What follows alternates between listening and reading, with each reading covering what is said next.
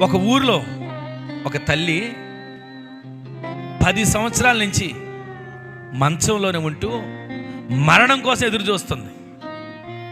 నాకు మరణం వస్తే బాగుండు, నాకు మరణం వస్తే బాగుండు. ఈ మాట అందరూ వినండి. 10 సంవత్సరాల నుంచి మరణం కోసం పోరాడుతుంది. నాకు మరణం వచ్చేది బాగుండని.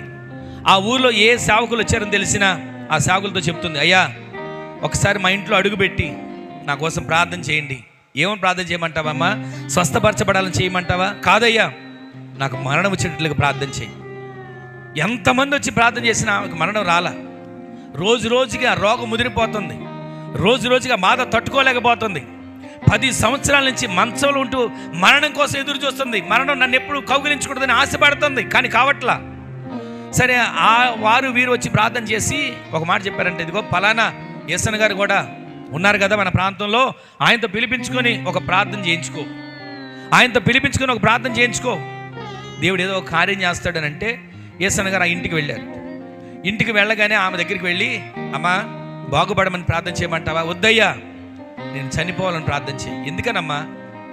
నేను చనిపోవాలని ప్రార్థన చేయయ్యా అంటే, అప్పుడు అసలు కారణం ఏంటి చెప్పమ్మా, ఎందుకని నీకు ఎంత బాధపడుతున్నావు, చనిపోవాలని ఎందుకు కోరుకుంటున్నావు అంటే, అప్పుడు చెప్పిందంట, అయ్యా ఇంచుమించు 11-12 సంవత్సరాల క్రితం మా ఊళ్ళో మా మందిరంలో ఆరాధన జరుగుతుండగా పలానా దానికోసం చెప్పి ఒక కానుకిచ్చా.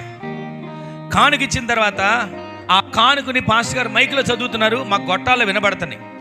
నేను ఇంటి దగ్గర ఉన్న అంట్లు తోముకుంటున్నా, అందరి పేర్లు వింటున్నా. నా పేరు వచ్చి దేవని చెప్పి ఎదురు చూసి నా పేరు రాలా. నా పేరు రాకపోయేసరికి ఇక నాకు అంట్లు తోముకునే దాన్ని కోపంతో అంట్లు కడుగుతున్నటువంటి ఆ గిన్నెలు అక్కడ పడేసి పరుగున వెళ్ళి పాస్టర్ గారు చొక్కా పట్టుకొని అక్కడే అందరి ముందు తిట్టేశాను. ఆయన మీద చేయి కూడా చేసుకున్నానయ్యా. ఆ రోజు నాకు తెలియలా ఇది పొరపాటని, ఆ రోజు నాకు తెలియలా ఇది తప్పు, ఇలా చేయకూడదని. నేను ఇచ్చింది చెప్పలేదు, నేను ఇచ్చింది తెలియచేయలేదని చెప్పి ఉక్రోషంతో ఆవేశంతో వెళ్ళి చేశాను. కానీ ఇక తర్వాత ఆ పాస్టర్ గారు అందరి ముందు అమ్మా చెప్తున్నాను చెప్పి మరలా చదివాడు. నాకు సంతోషం వేసి వచ్చేసాను. కానీ ఇక ఆ రాత్రి పాస్టర్ గారు ఆ ఊరు విడిచి ఎటో వెళ్ళిపోయారు. ఎక్కడున్నాడో తెలియట్లా. సరే వెళ్ళిపోయాడు అని అనుకున్నాం. ఖచ్చితంగా ఆయన వెళ్ళిపోయిన 1 సంవత్సరం తర్వాత నా వీపులో ఒక పుండు మొదలైంది.